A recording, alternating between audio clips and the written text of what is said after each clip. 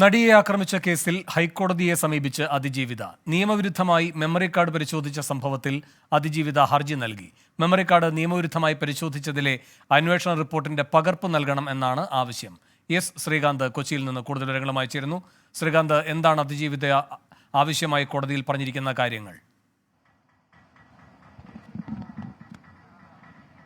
നടിയെ ആക്രമിച്ച കേസുമായി ബന്ധപ്പെട്ട് നേരത്തെ ഈ ഹാഷ് വാല്യൂ ചോർന്ന സംഭവത്തിൽ ജില്ലാ സെഷൻസ് ജഡ്ജി അന്വേഷണം നടത്തിയ ഒരു റിപ്പോർട്ട് ഹൈക്കോടതിക്ക് മുൻപാകെ സമർപ്പിച്ചിരുന്നു. പക്ഷേ അതിന്റെ പകർപ്പ് ഈ അതിജീവിതയ്ക്ക് നൽകിയിരുന്നില്ല.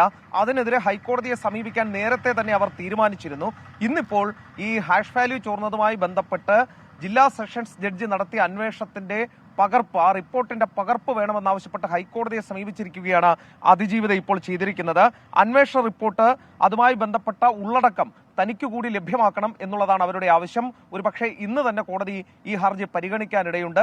അതിന്റെ പകർപ്പ് അവർക്ക് ലഭ്യമാകാൻ തന്നെയാണ് സാധ്യത. കാരണം കഴിഞ്ഞ തവണ ഈ കേസ് ജില്ലാ സെഷൻസ് ജഡ്ജി അന്വേഷിക്കാൻ ഉത്തരവിട്ട ഘട്ടത്തിൽ ഹൈക്കോടതി വ്യക്തമാക്കിയ കാര്യം, എന്തെങ്കിലും തരത്തിലുള്ള ആവശ്യങ്ങൾ അല്ലെങ്കിൽ പരാതികൾ ഈ കേസുമായി ബന്ധപ്പെട്ടുണ്ടായാൽ ഹൈക്കോടതിയെ സമീപിക്കാം എന്ന് ഈ അതിജീവിതയോട് കോടതി നിർദ്ദേശിച്ചിരുന്നു. അതിന്റെ അടിസ്ഥാനത്തിലാണ് അവർ കോടതിയിൽ എത്തിയത്.